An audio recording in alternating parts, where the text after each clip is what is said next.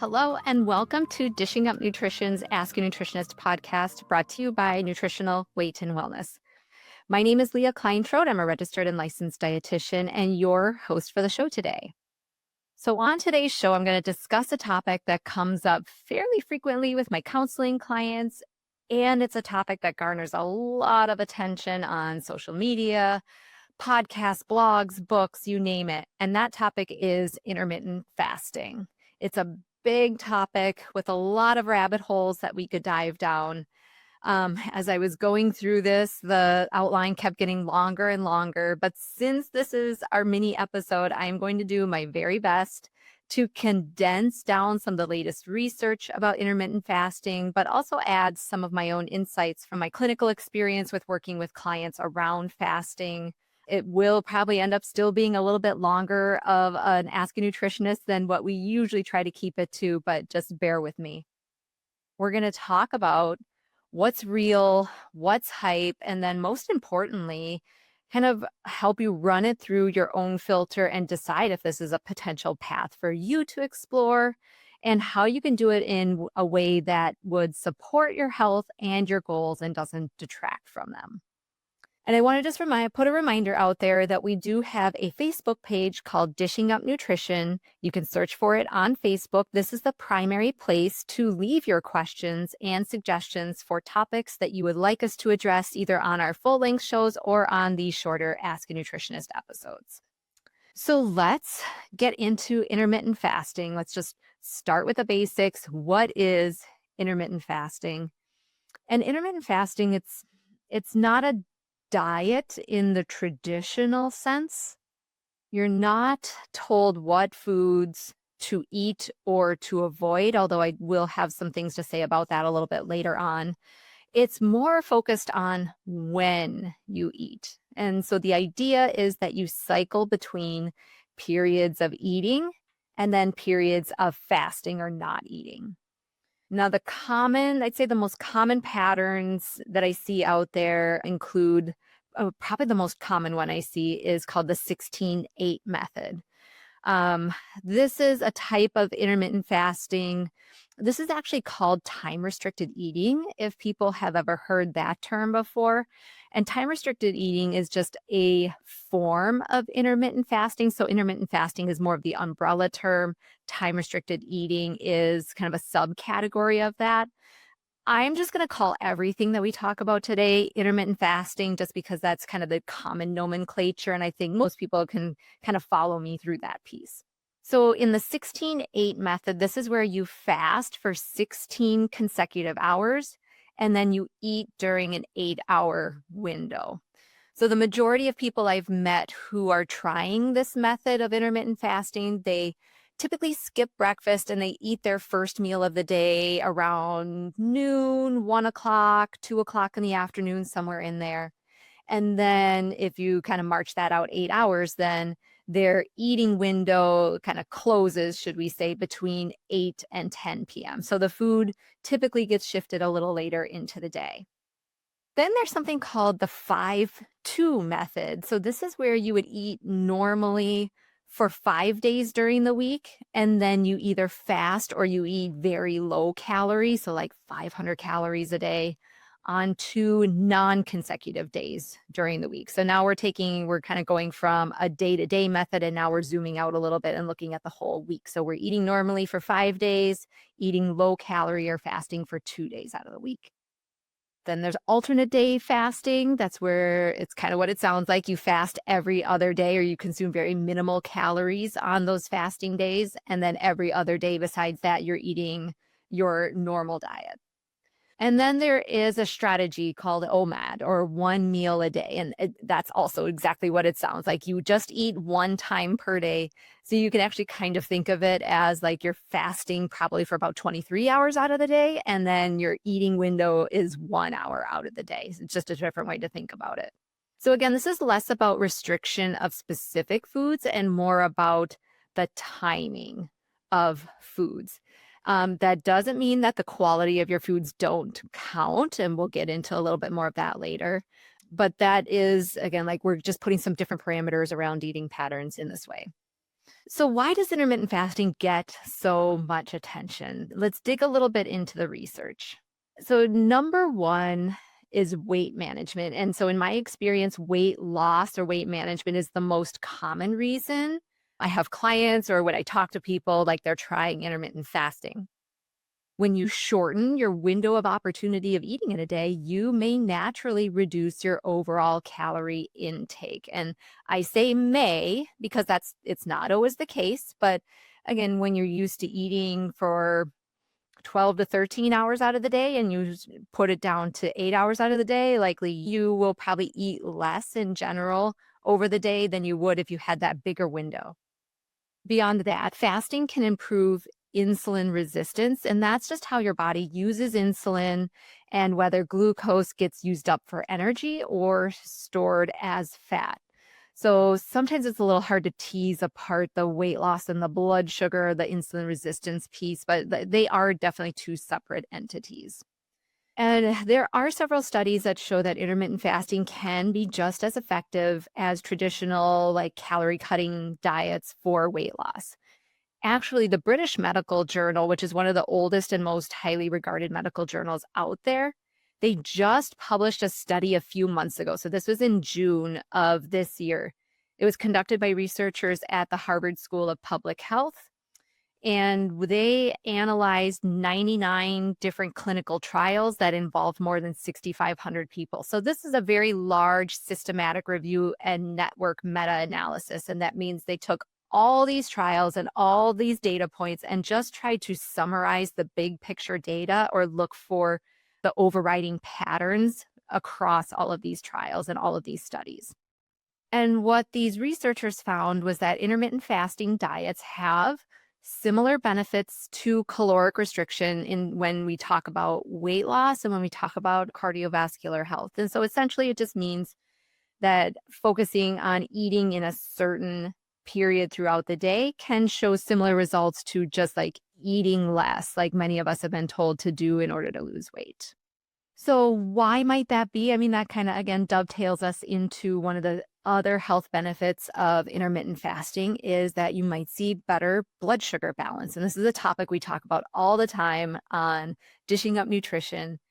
I mean, fasting, when you go longer periods of fasting, it does give your body a break from constantly processing food. It gives insulin levels a chance to come back down and stay lower for longer periods of time. This allows blood sugar levels to come down, and there's more time for that glucose to get used up by our brain, by our muscles, by our liver, etc., before we turn around and we start eating that next meal. So, this type of eating strategy may be especially beneficial for people who struggle with some of that insulin resistance. We've seen high blood sugars on lab work, people who are at risk for prediabetes or type 2 diabetes. So we've got the blood sugar piece. There can be some benefits for digestive health, and this could come in a couple of different forms. There is a system in our intestinal tract called the migrating motor complex, or MMC. This is electrical and muscular activity that gets turned up when we're not eating. So, when we are in more of that fasting state, the MMC is working a little bit harder, working a little bit better. And the idea is it sweeps out undigested food, some bacteria, debris from the digestive tract. I like in my mind, I kind of think of it like a giant broom that kind of comes through in between meals and kind of sweeps everything down the track a little bit further. It is kind of like housekeeping for the gut. And anybody who has kids or a family, when you're trying we know that the best time to try to clean house is when nobody is in the house already making it a mess as soon as we clean it up. So, same idea. The MMC works best when it gets a break from food so that it can do its job. And intermittent fasting is one way to give that gut a break, or some, you might even call it like a gut rest, in order for the gut to be able to do some of these housekeeping processes. And this is as opposed to having like continuous snacking, eating every 90 minutes to 2 hours throughout the day. So that's digestive health. There is, in terms of heart health, some evidence that intermittent fasting can lower blood pressure, reduce cholesterol, may decrease C-reactive protein, which is just one of those markers of inflammation. And so all of those things kind of get wrapped into our heart health picture. This was all information that had come out of that big Harvard study that I mentioned earlier. So again, they were looking at intermittent fasting from a lot of different angles, from the blood sugar angle, from the weight loss angle, from the heart health angle, from a lot of different angles. Lastly, not necessarily lastly, but one of the other big ones that I wanted to call attention to is intermittent fasting may be helpful for brain health. With intermittent fasting, sometimes you'll hear this word autophagy thrown out there. It basically is, it's again like another process where your body is doing some housekeeping. It is kind of gobbling up the dead cells or the dead tissue or it's stuff that isn't useful for the body anymore, and it's getting rid of it. We naturally do this autophagy, a lot of it when we're sleeping, when we're getting that deep restorative sleep, and we're doing a lot of that recycling and that housekeeping already.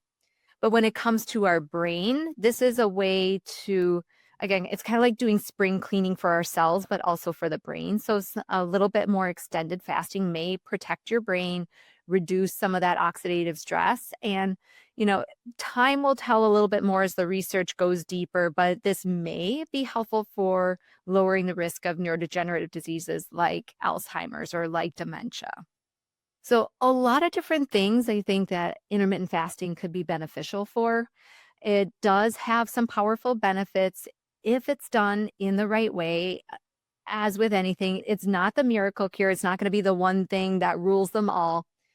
And I do want to make a note too before we leave this topic of health benefits. I wanted to mention that the benefits that I just mentioned with blood sugar, with gut health, with heart health, you may actually still even see some of those benefits through intermittent fasting, even if you don't lose a significant amount of weight with intermittent fasting. Again, most people jump into intermittent fasting as a weight loss strategy, but even with that insulin sensitization, lowering inflammation levels, like there may still be some really great and powerful benefits that you might even see, even if the weight loss piece isn't there.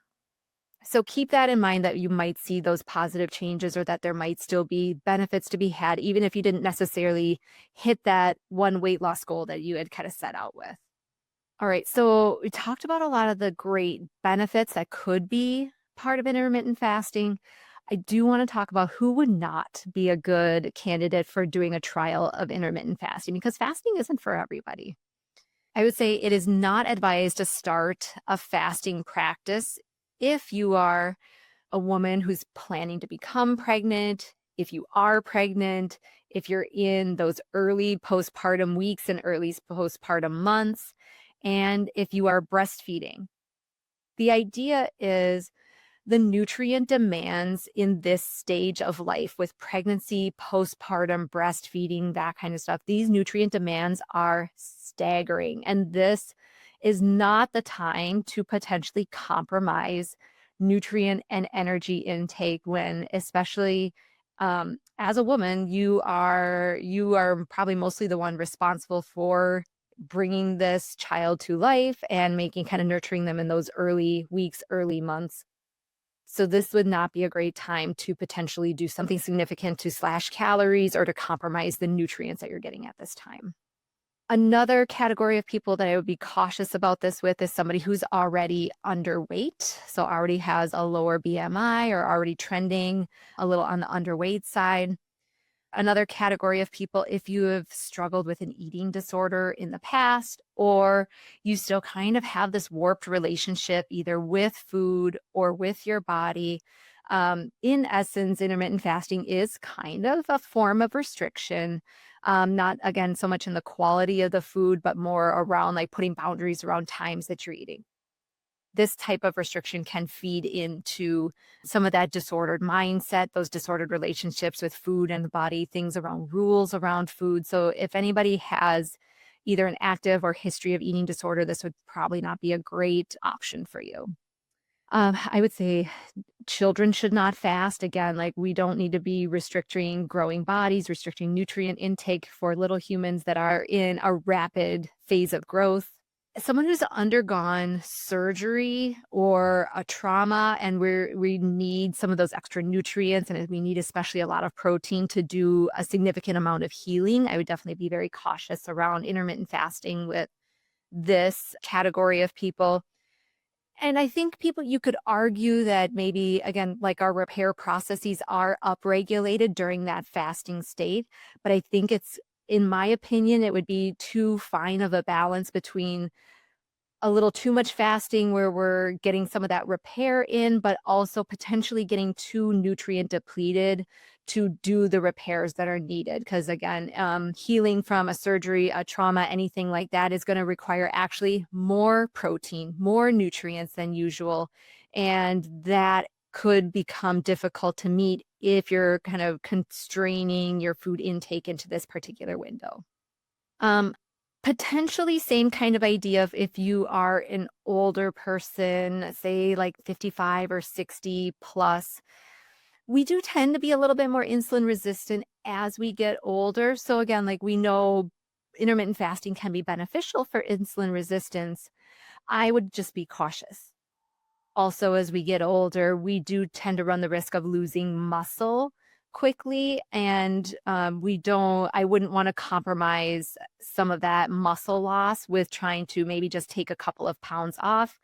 I would rather have people have a good amount of muscle and we work through other strategies to shed off maybe some extra body fat or do some body recomposition versus losing some of that precious muscle.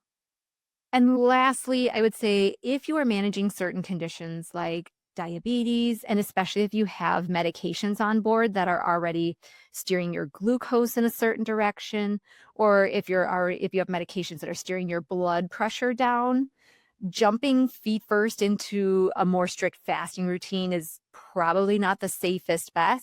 It would be best to talk to your medical provider and meet with a dietitian, like one of us at Nutritional Weight and Wellness, to get the best advice of how you would want to approach this and do it more gradually and do it in conjunction with your provider so that if we need to adjust medications, we're not running too low in blood sugar, we're not running too low in blood pressure and potentially getting into deep water there. All right. So I know that was a lot of information right there. I've still got a little bit more that I want to cover. And I just want to pause here too and say, all right, hopefully you've been able to take all of this information so far, run it through your own filter, your own lens, and decide if this is truly something that you want to dip your toe into the water with. And if you're at that point, like let's talk about how you might start intermittent fasting safely if you're just curious about it and you want to like give it a go. So, intermittent fasting, how do you get the most benefit out of it? If you think about it, we all fast every night while we sleep. So the hours between when your last food of the previous day and your first food of the current day, like that is how long you're fasting. So say if you had that after dinner snack at 8 p.m. and then breakfast is the next morning at 8 a.m. All right, we've already got like a good 12-hour fasting window where actually hopefully you don't even necessarily feel like you're fasting at that point.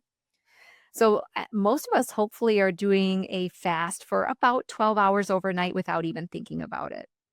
So now, if you are encouraged or want to try lengthening that window out, let's talk about how we might do that. And I would also encourage people to just approach this with curiosity and as a way to um, as through a lens of self-care as opposed to this is another way to restrict myself. I feel guilty about the way I ate last week while I was on vacation, so now I'm going to fast or in a desperate motion for weight loss. Like I would just approach this from a lens of I'm going to do an experiment. I'm going to see what happens and how I feel.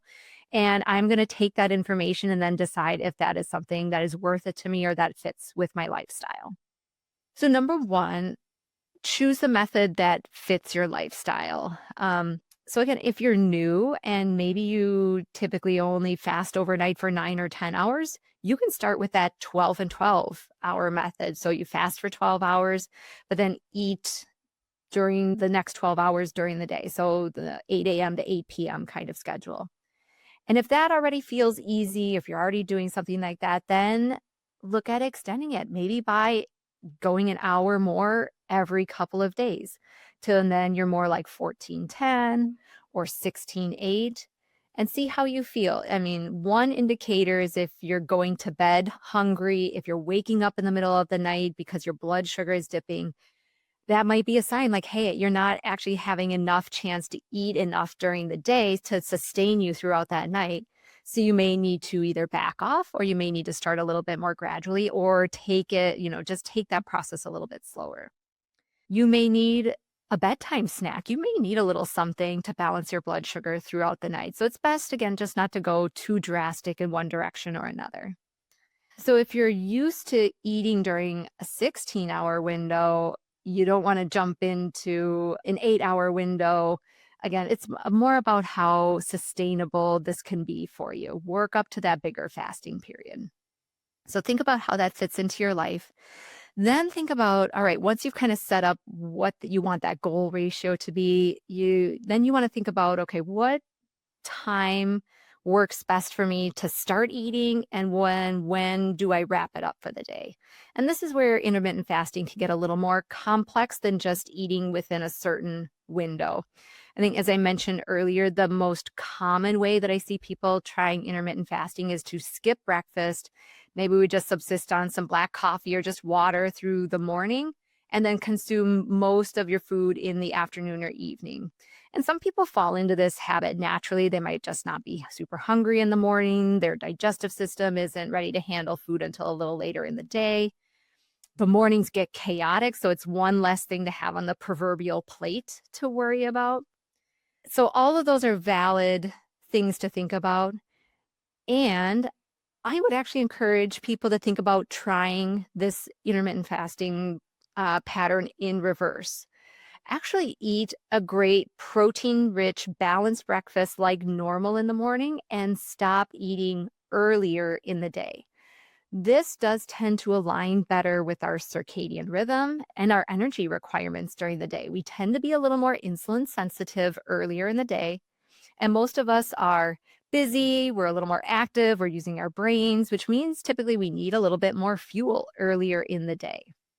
The research does also support this idea of kind of front loading your food earlier in the day and avoid taking in the majority of your food later in the day, in the evening or at night, when usually this is the time where we're more tired, we're more insulin resistant, and we're typically less active. So think like we're just chilling on the couch for a couple hours. So this is a great example where I would rather have someone say have like a 10-hour eating window and they're eating from 8 a.m. to 6 p.m.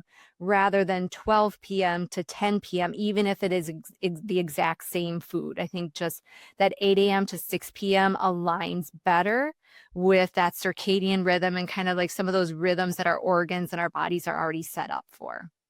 For some people, like really pushing back that breakfast and subsisting just on caffeine is very stressful for the body. It can raise those cortisol levels. It can create some of that anxiety, or you might feel kind of shaky or kind of like on edge a little bit more. You might find that your moods really suffer in the morning without that food or without some nourishment.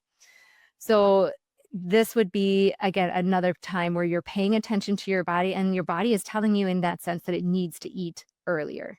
So again, I would much rather have someone like say eat that balanced breakfast than skip that breakfast just to save the calories or have that mindset of like, I can't eat earlier because I am doing this thing. All of this to say too, this is assuming someone has a normal circadian rhythm or like a normal day job. Of course, if you work second shift, third shift, or like you've got some crazy work hours, you might have to adjust some of this, but just wanted to throw that out there. I would argue you still want to focus on the quality of the foods during your eating window. We mentioned before, like intermittent fasting in and of itself does not give specific eating instructions or like certain foods that you're eating or not eating. It's more about the timing of it. But from a real food company, I will say fasting is not going to be your free pass to just eat anything in your eating window. We still would love to make sure that you're eating really nutrient dense foods that support your health. So real food, animal protein, fiber rich vegetable carbohydrates, maybe some grains or like some potatoes, some of those starchier, higher carb foods in there. And we want some of those healthy fats in there as well. So this is the same overarching goals for everyone, regardless of when you're eating and how much you're eating. We do still want that food to count.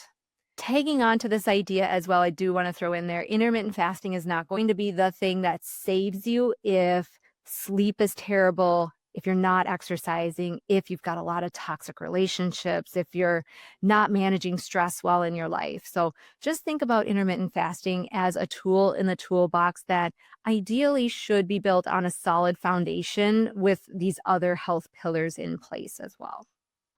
Staying hydrated during your fasting window would be really, really helpful for kind of making some of these adaptations. You can drink water, you can drink black coffee, unsweetened tea. So, all of these things technically will not break your fasting state. Electrolytes in your water might be helpful just for a little bit of mineral support as long as it doesn't contain added sugars. Some people will do a broth, like a bone broth, and still consider it a fast. It does have some calories in it, but really most of those calories should be protein, which doesn't affect blood sugar that much. So really, yeah, like bone broth, probably fine. It just depends on kind of where do you draw the line between what do you consider fasting and what do you still consider things that keep your blood sugars low. Then listen to your body. If you are feeling lightheaded, dizzy, shaky, fatigued, you're not recovering well from your workouts, you feel like you're kind of dragging, your sleep is taking a hit.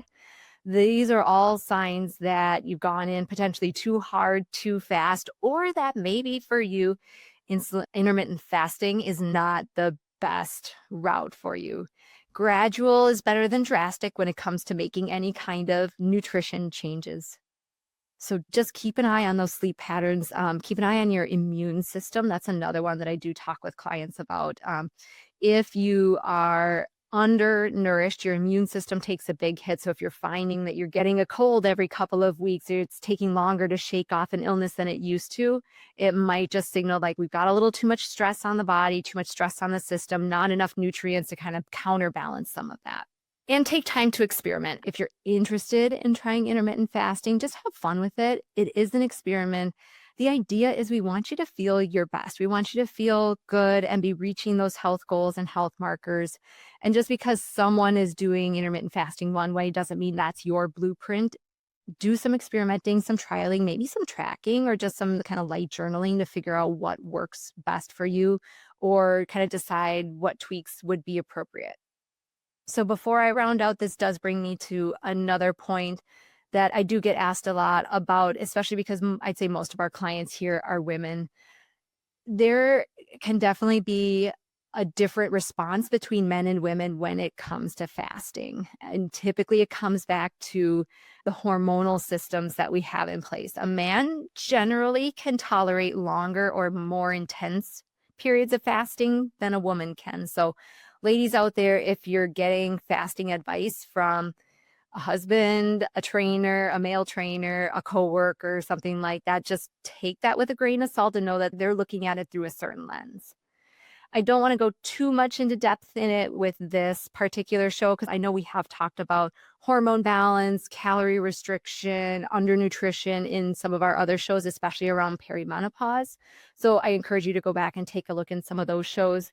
But without going too much into depth, women's reproductive hormones, especially like estrogen, progesterone, they're a lot more sensitive to energy availability. So again, do we have enough nutrients floating around in the body to be able to do what our bodies need to do and want to do?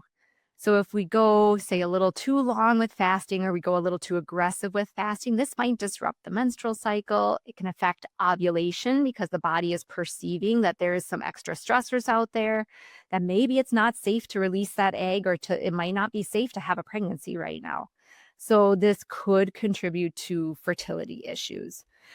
As women, we're just set up to be more protective of our energy stores to support that potential pregnancy. So our bodies are set up a little bit more attuned to that energy availability. So I would encourage women, if you are looking into this, like, be very cautious and careful about still making sure, again, like, we are eating nutrient dense foods, we're still eating a good amount of protein, and like in general still eating a decent amount of calories so that we're not adding extra stress on the body. All right. So again, I wish I could have maybe another hour to talk through and really flesh out more of those things. I know I've already gone a long time on this particular show. But I do, so just to wrap things up very quickly, intermittent fasting does have some interesting potential benefits to it: weight management, blood sugar control, heart health, brain health.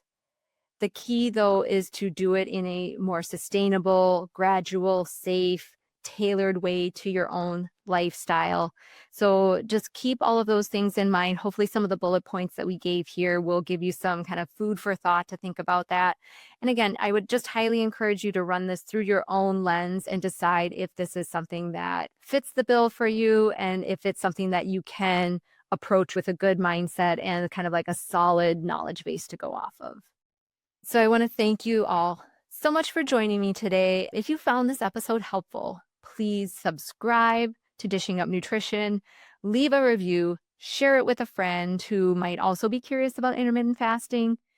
And if you're interested in meeting with myself or one of the other dietitians at Nutritional Weight and Wellness, you can visit us at weightandwellness.com or give us a call at 651-699-3438. Have a great day.